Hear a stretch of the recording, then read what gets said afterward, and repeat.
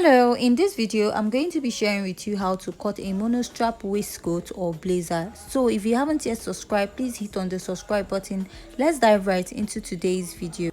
So here is my pattern paper, and first we're going to go ahead to mark our basic measurement. And to mark your basic measurement for this is just your shoulder to bust line, your shoulder to waistline, and your shoulder to top length. So I'm going to go ahead and repeat all those measurements, and I'm going to mark it to the end. So at first I marked my shoulder to under bust, but after that I corrected that. For your blazer or your waistcoat, all you need is your shoulder to bust, your shoulder to waist, and your top length. So for this top length, you can either add 5 inches from your waistline, or you can decide to measure the top length of your choice. Now I'll just go ahead and draw out a straight line at those points. So after that, we're going to go ahead to mark our measurements. So to start our pattern, we are going to start from the back, and I will mark a basic measurement of 3 by 1 inch for the back pattern. So after I'm done doing that, I'm just going to go ahead to place my curved rule, and I'm going to connect. Next step is to go ahead to mark my shoulder divided by 2. My shoulder is 14 divided by 2, I have 7, and I'll come down by 1 inch. Now I'll connect from that 1 inch down to my shoulder this way, and I'll be marking my chest line or armhole, which is your bust circumference divided by 6 plus 1.5 inches, and I'll go ahead to measure what I have right back at my shoulder, and I will connect. Now you're going to measure from your bust line down to your chest line, and after that you're going to rule out a straight line. This will help you or serve as a guide when you're drawing out your chest line. So after I'm done drawing out my chest line, the next step I'm going to take is to go ahead to divide my armhole, so that I'll be drawing out my armhole curve. Go ahead to place your tape and fold this into 2, and I'll come out by ½ inch. Now place your bust circumference divided by 4 on your chest line. Connect from that point from your armhole to your chest line and connect to the shoulder. So this is what I have after I'm done connecting, and the next step is just to go ahead to outline your pattern this way.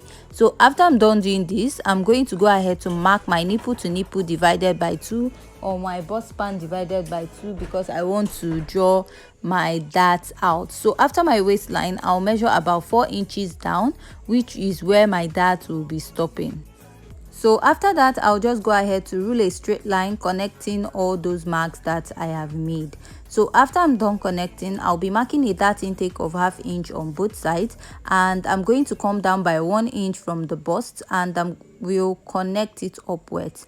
Then I'm going to go ahead to connect at the other side, and then connect it down to that 4 inches at the lower part. So this is what I have, and the next step is just to go ahead to outline my dart, and after this I'll be inserting my body measurement. So at the bust, I'm going to go ahead to mark my bust circumference divided by 4, which is 33 divided by 4. I have 8.3, and I'll mark my sewing allowance.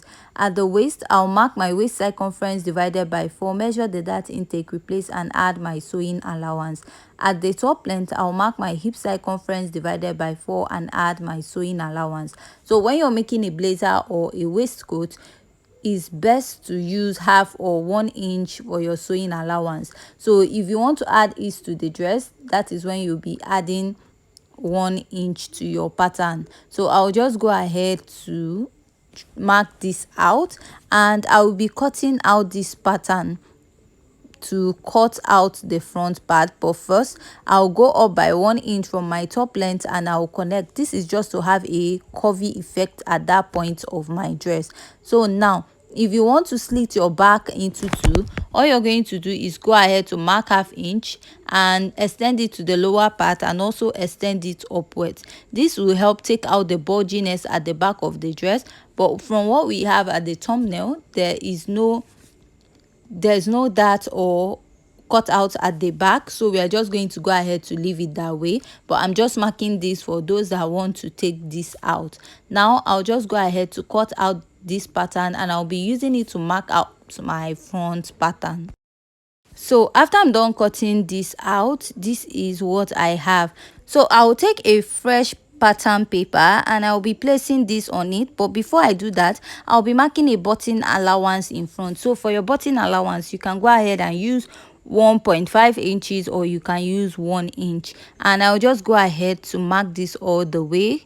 And after I'm done marking, I'm just going to go ahead to draw this and connect a straight line. So after I'm done connecting a straight line, I'll just go ahead to place my my back pattern on it. This is just to make it easier for you to draft your pattern without going ahead to mark your basic measurements all over again.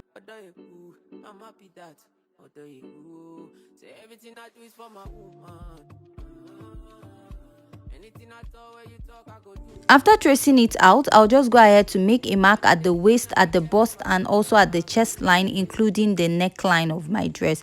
So this is just to serve as a guide when I'm rolling this out and to make it easier for me to mark out my measurements. So I'll just go ahead to place my ruler and connect that line on the waist. Go ahead to connect the line at the bust and also connect the line at the chest line.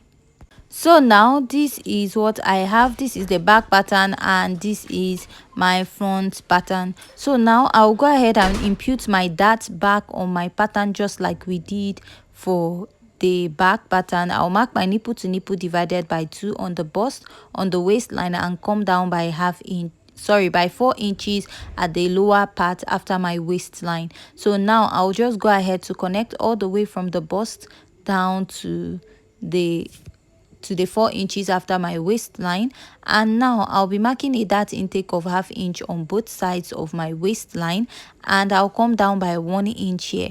Now I'll connect from my waistline down to the upper part, and I'll also repeat this at the other side of my pattern.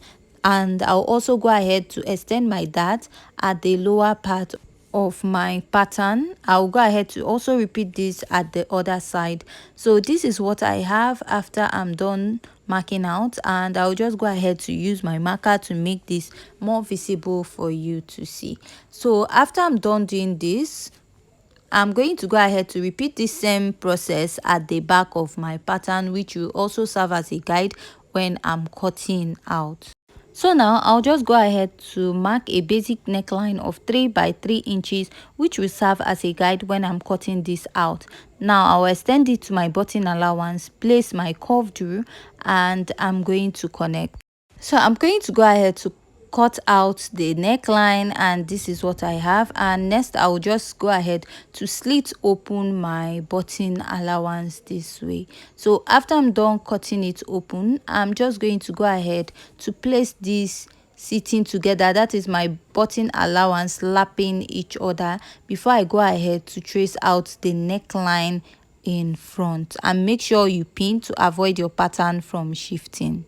So after this, all I'm going to do now is to go ahead to mark out my measurement. So I just cut out this little pattern paper just to indicate the pockets at the lower part. After that, I placed and marked 3 inches or 3.5 inches extra. This means that the depth of the neckline will be 6 inches or 6.5 inches. So I'll connect it to the neckline and I'll extend it to the other side of the armhole, and creating like a little sweetheart neckline at that point, because if you notice on the pattern, on one side is a bit higher. So I'll just go ahead to cut this out, and after I'm done cutting out, I'll place my my back pattern on it to cut out the back pattern of this dress. So here is the front pattern, and now I'll be placing my back pattern on it.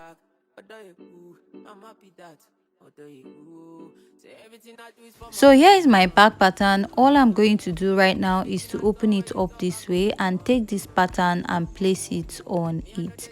So make sure that your button allowance is sitting very well, and with this way, what you have at the front pattern will be meeting exactly what you have at the back pattern. So after placing it this way, make sure it sits well and you can secure it with your pin. And I'll just go ahead to cut out the neckline. So I'll just follow what I have here. At the back, I'll go ahead and make it straight to the armhole side. So after I'm done cutting, this is what the back pattern looks like, and this is the front pattern of this. So if you find this tutorial very interesting and educative, please don't forget to hit on the subscribe button, give this video a thumbs up, and also join us in our next tutorial. Thanks.